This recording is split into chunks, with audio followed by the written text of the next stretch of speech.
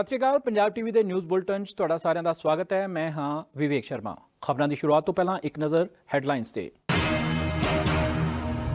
जलंधर पहुंचे प्रधानमंत्री नरेंद्र मोदी। डेरा सचखंड बल्ला होए नतमस्तक।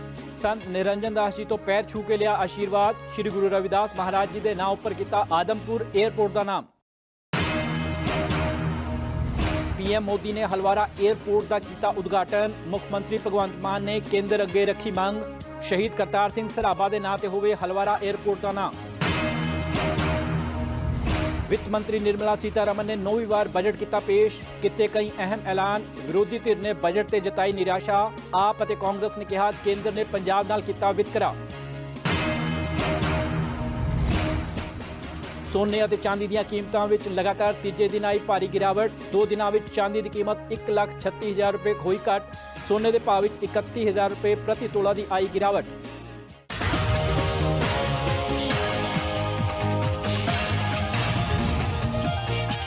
ते हुण इन्हां खबरों का विस्तार। पंजाब दौरे ते पहुंचे प्रधानमंत्री नरेंद्र मोदी ने आदमपुर एयरपोर्ट और हलवारा एयरपोर्ट का वर्चुअल उद्घाटन किया। इस तो बाद वो डेरा सचखंड बल्ला विखे नतमस्तक हुए। इस दौरान उन्होंने संत निरंजन दास जी तो पैर छू के आशीर्वाद लिया। प्रधानमंत्री मोदी ने अपने भाषण की शुरुआत पंजाबी विच की। इस दौरान उन्होंने कहा कि मेरा रिश्ता गुरु रविदास जी की जन्म भूमि काशी नाल है। काशी विच मां गंगा की वो धार है जिसनों साक्षी करके गुरु रविदास जी ने कहा मन चंगा तां कठौती विच गंगा। धन धन गुरुदेव। आज मेरा सौभाग्य है पद्मश्री संत निरंदास जी महाराज के आशीर्वाद प्राप्त करने का अवसर मिला है। मैं पंजाब दी इस धरती नू नमन करता हाँ। श्री गुरु रविदास जी को प्रणाम करता हूं। मैं आप सभी को और सभी देशवासियों को संत रविदास जयंती और माघ पूर्णिमा की शुभकामनाएं देता हूं। भाइयों बहनों, आप सभी जानते हैं मेरा रिश्ता श्री गुरु रविदास जी की जन्मभूमि काशी से है। काशी के लोगों ने मुझे आशीर्वाद दिए और सांसद के रूप में काशी की सेवा करने का भी सौभाग्य मिला। काशी का सिर गोवर्धनपुर करोड़ों अनुयायियों के लिए तीर्थ भूमि है। काशी के वो घाट जहां संत रविदास जी की शिक्षाएं प्रकट हुई थी। मैं संत रविदास जी की प्रेरणा भूमि पंजाब की वीर भूमि में आया हूं। मैं मानता हूं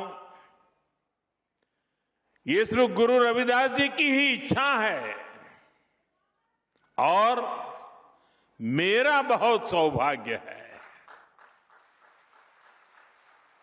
मैं इस आयोजन में मुझे निमंत्रित करने के लिए डेरा सचखंड बल्ला का आभार व्यक्त करता हूं, प्रणाम करते हुए अभिनंदन करता हूं। प्रधानमंत्री नरेंद्र मोदी वालों हलवारा एयरपोर्ट की टर्मिनल बिल्डिंग का वर्चुअल उद्घाटन किया गया। इस दौरान हलवारा हवाई अड्डे ते मुख्यमंत्री भगवंत मान, केंद्रीय मंत्री रवनीत सिंह बिट्टू, शहरी हवाबाजी मंत्री किंजारापा राम मोहन नायडू मौजूद रहे। इस दौरान मुख्यमंत्री मान ने मंग की कि हलवारा हवाई अड्डे का नाम शहीद करतार सिंह सराभा जी के नाम से होवे। उन्होंने कहा कि इस तरह पंजाब के 4 हवाई अड्डियां विचों 2 गुरु साहिबान और 2 शहीद देश भगतां के नाम से हो जाएंगे। इस मौके केंद्रीय मंत्री रवनीत बिट्टू ने कहा कि प्रधानमंत्री मोदी ने लुधियाना वासियों को कीमती सौगात दी है। मैनू दसदियां नू बड़ी खुशी है कि हलवारा जिहड़ा ओह पहला एयरफोर्स का बड़ी हलवारे की बड़ी योगदान है इस एयरपोर्ट का। जो भी किते किते कोई दुश्मन ने कोई कार्रवाइयां हुई तो हलवारा जिहड़ा एयरपोर्ट है उन्हें फौज ने बहुत साडा साथ दिता है, सहयोग दिता है। इस ਟਰਮੀਨਲ ਨੂੰ ਬਣਾਉਣ ਦੇ ਵਿੱਚ ਵੀ ਫੌਜ ਦਾ ਬਹੁਤ ਵੱਡਾ ਸਹਿਯੋਗ ਹੈ। ਸੋ ਮੈਂ ਫੌਜ ਦੇ ਸਾਰੇ ਅਫਸਰਾਂ ਨੂੰ ਸਾਰਿਆਂ ਦਾ ਬਹੁਤ-ਬਹੁਤ ਧੰਨਵਾਦ ਕਰਦਾ।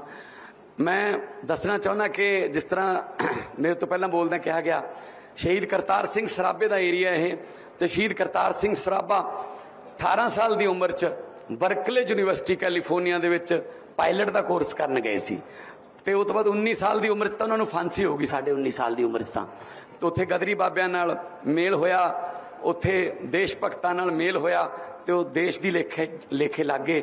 ਉਹਨਾਂ ਦੀਆਂ ਜਿਹੜੀਆਂ ਲਾਈਨਾਂ ਸੀ ਉਹ ਫੋਟੋ ਦੇ ਪਿਛਲੇ ਪਾਸੇ ਭਗਤ ਸਿੰਘ ਜੀ ਲਿਖ ਕੇ ਫੋਟੋ ਨੂੰ ਜੇਬ 'ਚ ਰੱਖਦੇ ਸੀ ਕਿ ਸੇਵਾ ਦੇਸ਼ ਦੀ ਜ਼ਿੰਦਗੀ ਬੜੀ ਔਖੀ, ਗੱਲਾਂ ਕਰਨੀਆਂ ਢੇਰ ਸਖੱਲੀਆਂ ਨੇ, ਜਿਨ੍ਹਾਂ ਦੇਸ਼ ਸੇਵਾ ਵਿੱਚ ਪੈਰ ਪਾਇਆ ਉਹਨਾਂ ਲੱਖ ਮੁਸੀਬਤਾਂ ਚੱਲੀਆਂ ਨੇ। ਸੋ ਜੇ ਇਹਦਾ ਨਾਮ ਜਿਹੜਾ ਉਹ ਇੱਕ ਪਾਇਲਟ ਦੇ ਨਾਂ ਤੇ ਇੱਕ ਉਹ ਬੰਦਾ ਜਿਹੜਾ ਆਪਣੀ ਬਹੁਤ ਵਧੀਆ ਜ਼ਿੰਦਗੀ ਜਿਉ ਸਕਦਾ ਸੀ ਪਰ ਦੇਸ਼ ਦੇ ਲੇਖੇ ਲਾਤੀ, ਕਰਤਾਰ ਸਿੰਘ ਸਰਾਭਾ। 4 ਏਅਰਪੋਰਟ ਸਾਡੇ ਹੋ ਜਾਣਗੇ, 2 ਗੁਰੂਆਂ ਦੇ ਨਾਂ ਤੇ, 2 ਸਾਡੇ ਸ਼ਹੀਦਾਂ ਦੇ ਨਾਂ ਤੇ, 2 ਮੋਹਾਲੀ ਵਾਲਾ ਸ਼ਹੀਦ ਆਜ਼ਮ ਭਗਤ ਸਿੰਘ ਦੇ ਨਾਂ ਤੇ, ਅੰਮ੍ਰਿਤਸਰ ਸਾਹਿਬ ਸ਼੍ਰੀ ਗੁਰੂ ਰਾਮਦਾਸ ਏਅਰਪੋਰਟ, ਸ਼੍ਰੀ ਗੁਰੂ ਰਵਿਦਾਸ ਜੀ ਦਾ ਅੱਜ ਨਾਮਕਰਨ ਉੱਥੇ ਆਦਮਪੁਰ ਦਾ ਹੋ ਜਾਊਗਾ, ਇਹਦਾ ਨਾਮ ਕਰਤਾਰ ਸਿੰਘ ਸਰਾਭਾ ਹੋ ਜੇ। ਧਰਤੀ ਹੀ ਗੁਰੂਆਂ ਤੇ ਸ਼ਹੀਦਾਂ ਦੀ ਹੈ ਤਾਂ ਸਾਨੂੰ ਬੜੀ ਸਾਰਿਆਂ ਨੂੰ ਖੁਸ਼ੀ ਹੋਊਗੀ। ਕੇਂਦਰੀ ਵਿੱਤ ਮੰਤਰੀ ਨਿਰਮਲਾ ਸੀਤਾਰਮਨ ਵੱਲੋਂ ਕੇਂਦਰੀ ਬਜਟ 2026-27 ਪੇਸ਼ ਕਰਦਿਆਂ ਅਹਿਮ ਐਲਾਨ ਕੀਤੇ ਗਏ। ਕਈ ਤਰ੍ਹਾਂ ਦੀਆਂ ਦਵਾਈਆਂ, ਮੋਬਾਈਲ ਬੈਟਰੀਆਂ ਤੇ ਸੋਲਰ ਪੈਨਲ ਸਸਤੇ ਹੋਣਗੇ ਤਾਂ ਸ਼ਰਾਬ ਤੇ ਖਣਿਜ ਪਦਾਰਥ ਮਹਿੰਗੇ ਹੋਣਗੇ। ਇਸ ਵਾਰ ਇਨਕਮ ਟੈਕਸ ਸਲੈਬ ਵਿੱਚ ਕੋਈ ਬਦਲਾਅ ਨਹੀਂ ਕੀਤਾ ਗਿਆ। ਕੇਂਦਰੀ ਵਿੱਤ ਮੰਤਰੀ ਨਿਰਮਲਾ ਸੀਤਾਰਮਨ ਨੇ ਦੇਸ਼ ਦਾ ਕੇਂਦਰੀ ਬਜਟ ਪੇਸ਼ ਕਰਦਿਆਂ ਇੱਕ ਨਵਾਂ ਇਤਿਹਾਸ ਸਿਰਜ ਦਿੱਤਾ ਹੈ। ਉਹ ਲਗਾਤਾਰ 9ਵੀਂ ਵਾਰ ਬਜਟ ਪੇਸ਼ ਕਰਨ ਵਾਲੀ ਦੇਸ਼ ਦੀ ਪਹਿਲੀ ਵਿੱਤ ਮੰਤਰੀ ਬਣ ਗਏ ਨੇ। ਸੱਤਾ ਧਿਰ ਨੇ ਇਸ ਬਜਟ ਨੂੰ ਦੇਸ਼ ਦੀ ਆਰਥਿਕ ਰਫ਼ਤਾਰ ਨੂੰ ਬਰਕਰਾਰ ਰੱਖਣ ਵਾਲਾ, ਵਿੱਤੀ ਅਨੁਸ਼ਾਸਨ ਨੂੰ ਮਜ਼ਬੂਤ ਕਰਨ ਵਾਲਾ ਅਤੇ ਗਲੋਬਲ ਵਪਾਰਕ ਤਣਾਅ ਜਿਵੇਂ ਕਿ ਅਮਰੀਕੀ ਟੈਰਿਫ ਤੋਂ ਭਾਰਤੀ ਅਰਥ ਵਿਵਸਥਾ ਨੂੰ ਬਚਾਉਣ ਲਈ ਅਹਿਮ ਦੱਸਿਆ। ਵਿੱਤ ਮੰਤਰੀ ਨਿਰਮਲਾ ਸੀਤਾਰਮਨ ਨੇ ਬਜਟ 2026-27 ਪੇਸ਼ ਕਰਦਿਆਂ ਆਮ ਜਨਤਾ ਲਈ ਕਈ ਅਹਿਮ ਐਲਾਨ ਕੀਤੇ। ਬਜਟ ਭਾਸ਼ਣ 85 ਮਿੰਟ ਤੱਕ ਚੱਲਿਆ ਅਤੇ ਉਹਨਾਂ ਵੱਲੋਂ ਇਸ ਵਾਰ ਇਨਕਮ ਟੈਕਸ ਵਿੱਚ ਕੋਈ ਬਦਲਾਅ ਨਹੀਂ ਕੀਤਾ ਗਿਆ। ਇਸ ਦੌਰਾਨ ਉਹਨਾਂ ਨੇ ਇਨਕਮ ਟੈਕਸ ਚੋਰੀ ਤੇ ਜੁਰਮਾਨੇ ਦਾ ਐਲਾਨ ਕੀਤਾ ਹੈ। ਉਹਨਾਂ ਕਿਹਾ ਕਿ ਇਨਕਮ ਟੈਕਸ ਚੋਰੀ ਕਰਨ ਤੇ ਹੁਣ ਕੋਈ ਸਜ਼ਾ ਨਹੀਂ ਹੋਵੇਗੀ, ਬਲਕਿ ਸਜ਼ਾ ਦੀ ਥਾਂ ਤੇ ਹੁਣ 30% ਟੈਕਸ ਲਗਾਇਆ ਜਾਵੇਗਾ।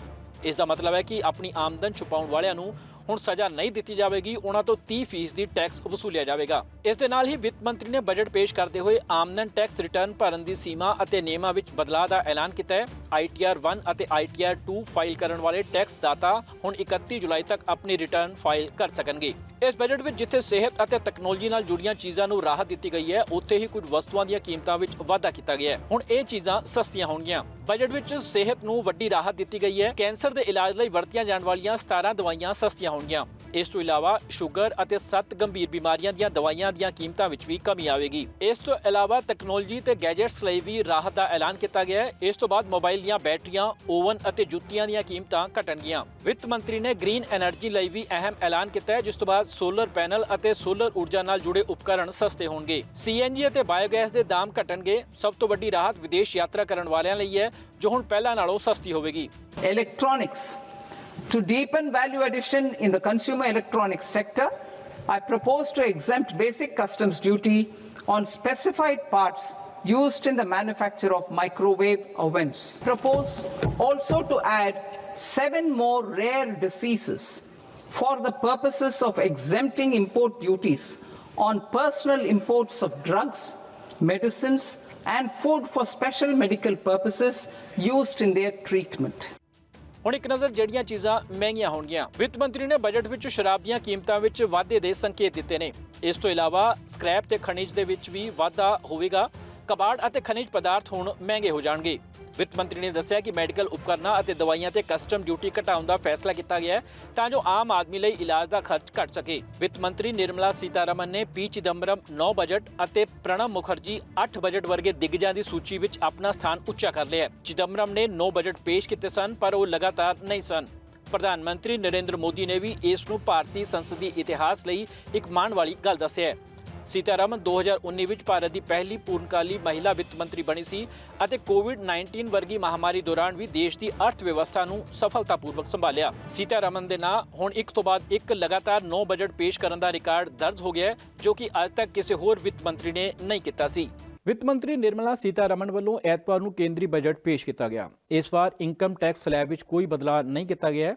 ਸੱਤਾ ਧਿਰ ਨੇ ਬਜਟ ਨੂੰ ਸੰਤੁਲਿਤ ਅਤੇ ਸ਼ਾਨਦਾਰ ਦੱਸਿਆ। ਕੇਂਦਰੀ ਮੰਤਰੀ ਚਿਰਾਗ ਪਾਸਵਾਨ ਨੇ ਕਿਹਾ ਕਿ ਬਜਟ ਵਿੱਚ ਪੇਂਡੂ ਬੁਨਿਆਦੀ ਢਾਂਚੇ, ਸ਼ਹਿਰੀਕਰਨ ਅਤੇ ਸਵੈ ਨਿਰਭਰਤਾ ਤੇ ਜ਼ੋਰ ਦਿੱਤਾ ਗਿਆ ਹੈ। ਇਹ ਇੱਕ ਅਜਿਹਾ ਬਜਟ ਹੈ ਜੋ ਵਿਕਸਿਤ ਭਾਰਤ ਦੀ ਮਜ਼ਬੂਤ ਨੀਂਹ ਰੱਖता है। जब हम एक विकसित भारत बनाने का जब हम जिक्र करते हैं तो ऐसे में अब ये जो अगला क्वार्टर शुरू हुआ है 25 से लेके 50 तक का, यहाँ से अब हमें हर उस सोच को बल देकर आगे बढ़ना होगा जो इवेंचुअली 2047 में भारत को एक विकसित देश बनाने का काम करे।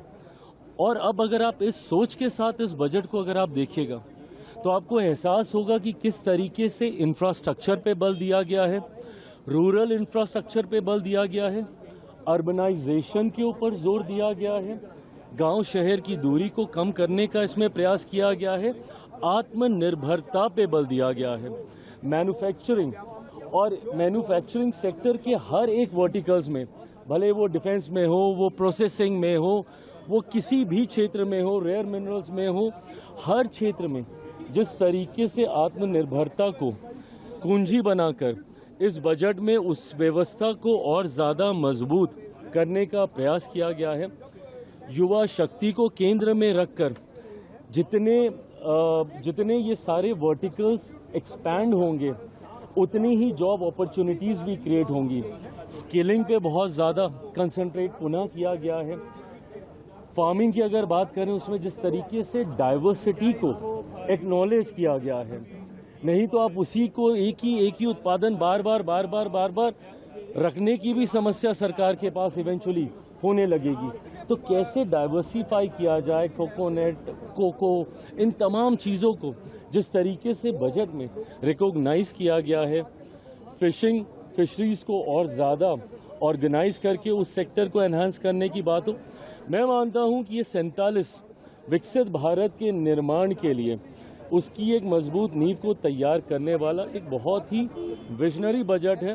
और इसकी खासियत ये भी है कि 9वीं बार वित्त मंत्री जी ने इस बजट को पेश किया है। ਇੱਕ ਪਾਸੇ ਸੱਤਾਧਿਰ ਬਜਟ ਨੂੰ ਸੰਤੁਲਿਤ ਤੇ ਸ਼ਾਨਦਾਰ ਦੱਸ ਰਿਹਾ ਤਾਂ ਦੂਜੇ ਪਾਸੇ ਆਮ ਆਦਮੀ ਪਾਰਟੀ ਨੇ ਬਜਟ ਨੂੰ ਖੋਖਲਾ ਦੱਸਿਆ। ਆਪ ਪੰਜਾਬ ਦੇ ਮੁੱਖ ਬੁਲਾਰਾ ਕੁਲਦੀਪ ਸਿੰਘ ਧਾਲੀਵਾਲ ਨੇ ਕੇਂਦਰ ਸਰਕਾਰ ਤੇ ਪੜਾਸ ਕੱਢਦਿਆਂ ਬਜਟ ਨੂੰ ਅਸੰਤੁਲਿਤ ਦੱਸਿਆ। उन्होंने कहा कि इस बार भी वित्त मंत्री ने पंजाब ਲਈ कोई ਵੱਡਾ ਐਲਾਨ ਨਾ ਕਰਕੇ ਵਿਤਕਰਾ ਕੀਤਾ ਹੈ। ਭਾਜਪਾ ਦੇ ਆਗੂ ਕਿਸ ਮੂੰਹ ਨਾਲ ਸੂਬੇ ਦੇ ਲੋਕਾਂ ਤੋਂ ਵੋਟਾਂ ਮੰਗਣ ਜਾ ਰਹੇ ਨੇ। उन्होंने कहा कि भाजपा का पंजाब विरोधी चेहरा एक बार मुड़ तो केंद्रीय बजट ने बेनकाब कर दिता है। दुनिया भर के पंजाबियों ने, दुनिया भर के भारतीयों ने अज जो बजट पेश होया पार्लीमेंट दे विच, इस देश का जो बजट पेश होया उन्होंने तुसीं देखिया, पढ़िया, सुनिया और मैनूं बड़ा दुख नाल ये कहना पै रहा। मैं सवेरे ही कहा सीगा कि मैनूं कोई उम्मीद नहीं, अज फिर बीजेपी ने पंजाब दे नाल बहुत वड्डा वितकरा कीता, पंजाब दे नाल बहुत वड्डा धक्का कीता।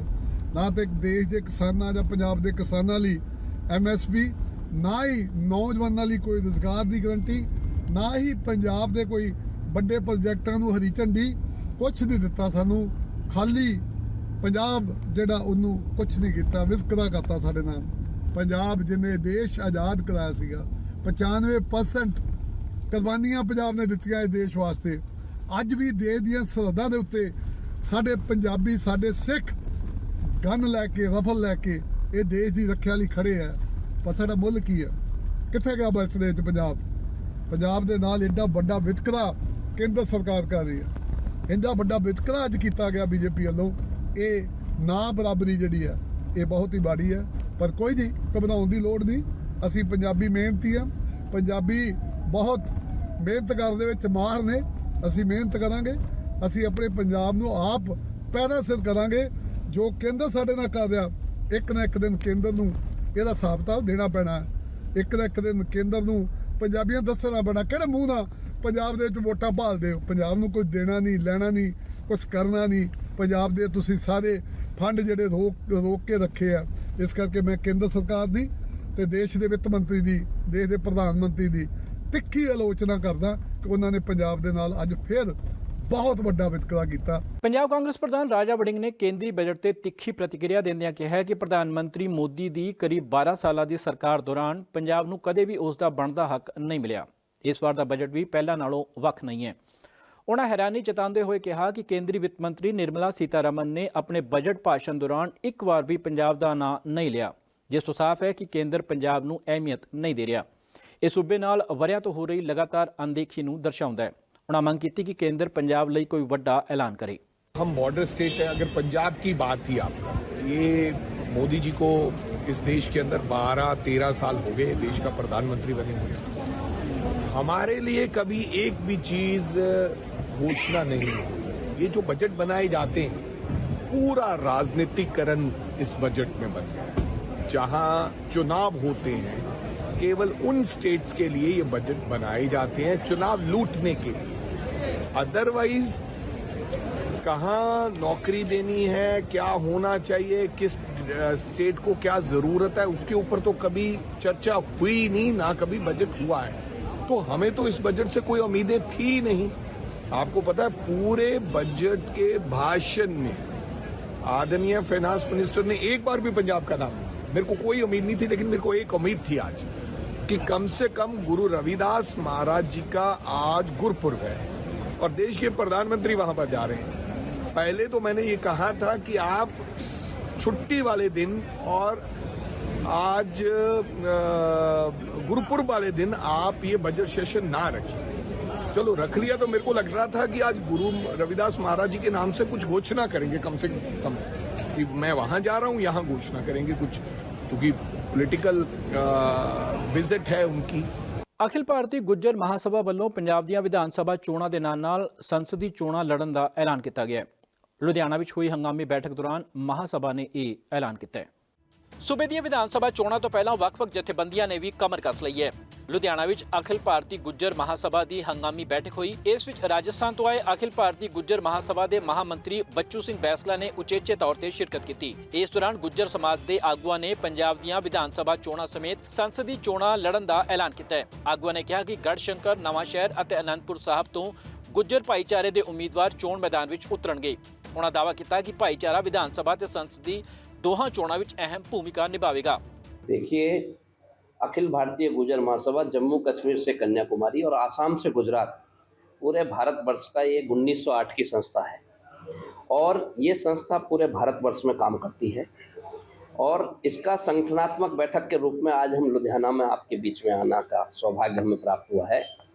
इसी के तहत जो विधानसभा की बात है और लोकसभा की बात है कि लोकसभा में भी हमारे एक प्रतिनिधित्व होना पूरा पंजाब से अगर एक व्यक्ति हो, क्योंकि हम सभी समाज की बात भी करते हैं, लेकिन साथ में हम जिस समाज में हमारा वो है, क्योंकि सबका साथ सबका विकास जो नारा सरकारें लगाती हैं, कोई भी राजनीतिक दल हो, हम किसी भी राजनीतिक एक दल की बात नहीं करते, हमारे समाज का व्यक्ति किसी भी दल में काम करता हो वो उनको मौका देना चाहिए और मौका के साथ साथ विधानसभा लोकसभा में हमारा प्रतिनिधित्व होना चाहिए। उसका हमारा महत्वपूर्ण फोकस हमारा इस बात पर है और आज हम इसका लुधियाना से इसका आगाज़ कर रहे हैं कि आने वाले समय में हम पहले भी 2021 में विधानसभा चुनाव से पहले कमलजीत चौहान जी के नेतृत्व में अपने रोपड़ में एक बहुत बड़ी सभा 10,000 लोगों की थी और वहाँ से भी मैंने राजनीतिक दलों को ये चेतावनी दी थी कि आप अगर हमारे समाज का ध्यान नहीं रखेंगे, क्योंकि आप कहते हैं कि सबका साथ सबका विकास करते हैं, तो मेरे समाज का प्रतिनिधित्व क्यों नहीं, और अगर जब मेरे समाज का प्रतिनिधित्व आप नहीं रखोगे तो हम आपका प्रतिनिधित्व कैसे रखेंगे। कई इस तरह की हमारा एक पंजाब में लोकसभा कभी नहीं दी, जबकि लोकसभा इतनी बड़ी लोकसभा है कि जहां गुर्जर मतदाता ही तय करता है कि यहाँ का सांसद प्रतिनिधि कौन बन के जाएगा। उसके बावजूद भी एक लोकसभा में सांसद प्रतिनिधि नहीं भेजा जाता है और विधानसभा तो फिर आप समझ सकते हो कि कितनी होंगी। जब एक लोकसभा है तो उसमें विधानसभा होती है, क्योंकि एक लोकसभा में 8-8 विधानसभा होती है। ਪੰਜਾਬ ਦੀਆਂ ਵਿਧਾਨ ਸਭਾ ਚੋਣਾਂ ਵਿੱਚ ਬੇਸ਼ੱਕ ਹਾਲੇ ਸਮਾਂ ਪਿਆ ਹੈ, ਪਰ ਉਸ ਤੋਂ ਪਹਿਲਾਂ ਵੱਖ-ਵੱਖ ਜਥੇਬੰਦੀਆਂ ਵੱਲੋਂ ਜਿਸ ਤਰ੍ਹਾਂ ਚੋਣਾਂ ਲੜਨ ਦਾ ਐਲਾਨ ਕੀਤਾ ਜਾ ਰਿਹਾ ਹੈ, ਉਸ ਤੋਂ ਸਾਫ਼ ਹੈ ਕਿ ਇਸ ਵਾਰ ਮੁਕਾਬਲਾ ਬਹੁਕੋਣੀ ਹੋਵੇਗਾ। ਸੋਨੇ ਅਤੇ ਚਾਂਦੀ ਦੀਆਂ ਕੀਮਤਾਂ ਵਿੱਚ ਲਗਾਤਾਰ ਤੀਜੇ ਦਿਨ ਭਾਰੀ ਗਿਰਾਵਟ ਵੇਖਣ ਨੂੰ ਮਿਲੀ। 3 ਦਿਨ ਪਹਿਲਾਂ ਚਾਂਦੀ ਦੀ ਕੀਮਤ 4 ਲੱਖ ਰੁਪਏ ਪ੍ਰਤੀ ਕਿਲੋ ਨੂੰ ਪਾਰ ਕਰ ਗਈ ਸੀ, ਜਿਹੜੀ ਹੁਣ 1,36,000 ਰੁਪਏ ਘਟ ਗਈ ਹੈ। ਇਸ ਤਰ੍ਹਾਂ ਸੋਨੇ ਦੇ ਭਾਅ ਵਿੱਚ ਵੀ 12,000 ਰੁਪਏ ਪ੍ਰਤੀ ਤੋਲਾ ਦੀ ਗਿਰਾਵਟ ਦਰਜ ਕੀਤੀ ਗਈ ਹੈ। ਸੋਨੇ ਅਤੇ ਚਾਂਦੀ ਦੀਆਂ ਕੀਮਤਾਂ ਵਿੱਚ ਲਗਾਤਾਰ ਤੀਜੇ ਦਿਨ ਵੀ ਭਾਰੀ ਗਿਰਾਵਟ ਰਹੀ। 1 ਫਰਵਰੀ ਨੂੰ ਬਜਟ ਪੇਸ਼ ਹੋਣ ਤੋਂ ਪਹਿਲਾਂ ਵਾਦਾ ਬਾਜ਼ਾਰ ਵਿੱਚ ਚਾਂਦੀ ਦੀ ਕੀਮਤ ਪ੍ਰਤੀ ਕਿਲੋ 26,000 ਰੁਪਏ ਤੱਕ ਸਸਤੀ ਹੋ ਗਈ। ਐਤਵਾਰ ਨੂੰ 1 ਕਿਲੋ ਚਾਂਦੀ ਦੀ ਕੀਮਤ 2,65,000 ਹੋਈ। ਜਿਹੜੀ 3 ਦਿਨ ਪਹਿਲਾਂ 4 ਲੱਖ ਰੁਪਏ ਪ੍ਰਤੀ ਕਿਲੋ ਨੂੰ ਪਾਰ ਕਰ ਗਈ ਸੀ। ਸੋਨੇ ਦੇ ਭਾਅ ਵਿੱਚ ਵੀ 12000 ਰੁਪਏ ਪ੍ਰਤੀ ਤੋਲਾ ਦੀ ਗਿਰਾਵਟ ਆਈ ਹੈ। 24 ਕੈਰਟ ਸੋਨੇ ਦੀ ਕੀਮਤ 1,38,000 ਰੁਪਏ ਪ੍ਰਤੀ ਤੋਲਾ ਤੱਕ ਪਹੁੰਚ ਗਈ ਹੈ। ਸਰਾਫਾ ਬਾਜ਼ਾਰ ਬੇਸ਼ੱਕ ਅੱਜ ਬੰਦ ਰਿਹਾ। ਇਸ ਤੋਂ ਪਹਿਲਾਂ 30 ਜਨਵਰੀ ਨੂੰ ਚਾਂਦੀ ਦਾ ਭਾਅ 40,638 ਪ੍ਰਤੀ ਕਿਲੋ ਅਤੇ ਸੋਨੇ ਦਾ ਭਾਅ 9,545 ਪ੍ਰਤੀ ਤੋਲਾ ਘੱਟ ਹੋਇਆ ਸੀ। ਇੰਡੀਆ ਸਰਾਫਾ ਐਂਡ ਜੁਐਲਰਸ ਐਸੋਸੀਏਸ਼ਨ ਦੇ ਅਨੁਸਾਰ 2 ਦਿਨ ਪਹਿਲਾਂ ਕੀਮਤਾਂ ਘਟਣ ਤੋਂ ਬਾਅਦ 1 ਕਿਲੋ ਚਾਂਦੀ ਦੀ ਕੀਮਤ 3,39,350 ਰੁਪਏ ਪ੍ਰਤੀ ਕਿਲੋਗ੍ਰਾਮ ਦਰਜ ਕੀਤੀ ਗਈ ਸੀ। 30 ਜਨਵਰੀ ਨੂੰ 24 ਕੈਰਟ ਸੋਨੇ ਦੀ ਕੀਮਤ 1,65,795 ਪ੍ਰਤੀ 10 ਗ੍ਰਾਮ ਸੀ, ਜਿਹੜੀ ਹੁਣ 1,38,000 ਰੁਪਏ ਤੱਕ ਆ ਗਈ ਹੈ। ਉਧਰ multi commodity exchange future market ਵਿੱਚ ਸੋਨੇ ਦੀ ਕੀਮਤ 2 ਦਿਨਾਂ ਵਿੱਚ 31,000 ਰੁਪਏ ਤੱਕ ਘੱਟ ਹੋਈ ਹੈ। ਇਹ 29 ਜਨਵਰੀ ਨੂੰ 1,69,000 ਤੱਕ ਪਹੁੰਚ ਗਈ ਸੀ, ਜਿਹੜੀ ਹੁਣ 1,38,000 ਤੇ ਵਪਾਰ ਕਰ ਰਹੀ ਹੈ। ਐਤਵਾਰ ਦੇ ਭਾਅ ਅਨੁਸਾਰ ਇਸ ਸਮੇਂ ਚਾਂਦੀ ਦੀ ਕੀਮਤ 1,36,000 ਡਿੱਗ ਗਈ ਹੈ। ਇਹ 29 ਜਨਵਰੀ ਨੂੰ 4 ਲੱਖ ਰੁਪਏ ਪ੍ਰਤੀ ਕਿਲੋਗ੍ਰਾਮ ਤੱਕ ਪਹੁੰਚ ਗਈ ਸੀ ਅਤੇ ਹੁਣ 2,65,000 ਤੇ ਵਪਾਰ ਕਰ ਰਹੀ ਹੈ। ਮਲਟੀ ਕਮੋਡਿਟੀ ਐਕਸਚੇਂਜ ਤੇ ਸੋਨੇ ਅਤੇ ਚਾਂਦੀ ਦੀਆਂ ਕੀਮਤਾਂ ਵਿੱਚ ਗਿਰਾਵਟ ਦਾ ਸਿੱਧਾ ਅਸਰ ਐਕਸਚੇਂਜ ਟ੍ਰੇਡਡ ਫੰਡਾਂ ਭਾਵ ETF ਤੇ ਵੀ ਪਿਆ। ਐਤਵਾਰ ਨੂੰ ਸ਼ੁਰੂਆਤੀ ਵਪਾਰ ਵਿੱਚ 골ਡ ETF ਵਿੱਚ 8% ਤੱਕ ਦੀ ਗਿਰਾਵਟ ਆਈ, ਜਦਕਿ ਚਾਂਦੀ ਦੇ ETF ਵਿੱਚ 15% ਤੱਕ ਦੀ ਗਿਰਾਵਟ ਵੇਖਣ ਨੂੰ ਮਿਲੀ। ਬਾਜ਼ਾਰ ਦੇ ਮਾਹਿਰਾਂ ਨੇ ਸੋਨੇ ਅਤੇ ਚਾਂਦੀ ਦੀਆਂ ਕੀਮਤਾਂ ਵਿੱਚ ਗਿਰਾਵਟ ਦੇ 2 ਵੱਡੇ ਕਾਰਨ ਦੱਸੇ ਨੇ। ਪਹਿਲਾ, ਮੁਨਾਫਾ ਬੁਕਿੰਗ। ਸੋਨੇ ਅਤੇ ਚਾਂਦੀ ਦੀਆਂ ਕੀਮਤਾਂ ਹਾਲ ਹੀ ਦੇ ਦਿਨਾਂ ਵਿੱਚ ਰਿਕਾਰਡ ਉੱਚੇ ਪੱਧਰ ਤੇ ਪਹੁੰਚ ਗਈਆਂ ਸਨ, ਜਿਸ ਕਾਰਨ ਸੋਨੇ ਅਤੇ ਚਾਂਦੀ ਵਿੱਚ ਨਿਵੇਸ਼ ਕਰਨ ਵਾਲੇ ਨਿਵੇਸ਼ਕਾਂ ਨੇ ਵੱਡੇ ਪੱਧਰ ਤੇ ਮੁਨਾਫਾ ਬੁੱਕ ਕੀਤਾ। ਦੂਜਾ, ਘਟਦੀ ਭੌਤਿਕ ਮੰਗ। ਦੋਹਾਂ ਧਾਤਾਂ ਦੀ ਭੌਤਿਕ ਮੰਗ ਸਰਵ ਸਮੇਂ ਦੇ ਉੱਚੇ ਪੱਧਰ ਤੇ ਪਹੁੰਚਣ ਤੋਂ ਬਾਅਦ ਕਮਜ਼ੋਰ ਹੋ ਗਈ ਅਤੇ ਉਦਯੋਗਿਕ ਵਰਤੋਂ ਬਾਰੇ ਚਿੰਤਾਵਾਂ ਵੀ ਵੱਧ ਗਈਆਂ। ਉਧਰ ਮਾਹਿਰਾਂ ਅਨੁਸਾਰ ਇੱਕ ਹੋਰ ਵੱਡੀ ਗਿਰਾਵਟ ਦੋਹਾਂ ਧਾਤਾਂ ਦੀ ਕੀਮਤ ਵਿੱਚ ਆਵੇਗੀ, ਜਿਸ ਤੋਂ ਬਾਅਦ ਇਹਨਾਂ ਦੀ ਕੀਮਤਾਂ ਵਿੱਚ ਕੁਝ ਸਮੇਂ ਲਈ ਸਥਿਰਤਾ ਆਵੇਗੀ। ਇਸ ਬੁਲਟਨ 'ਚ NI ਨਵੀਆਂ ਤੇ ਤਾਜ਼ਾ ਖਬਰਾਂ ਲੈ ਕੇ ਮੁੜ ਹਾਜ਼ਰ ਹੋਵਾਂਗੇ। ਫਿਲਹਾਲ ਇਜਾਜ਼ਤ ਦਿਓ। ਧੰਨਵਾਦ।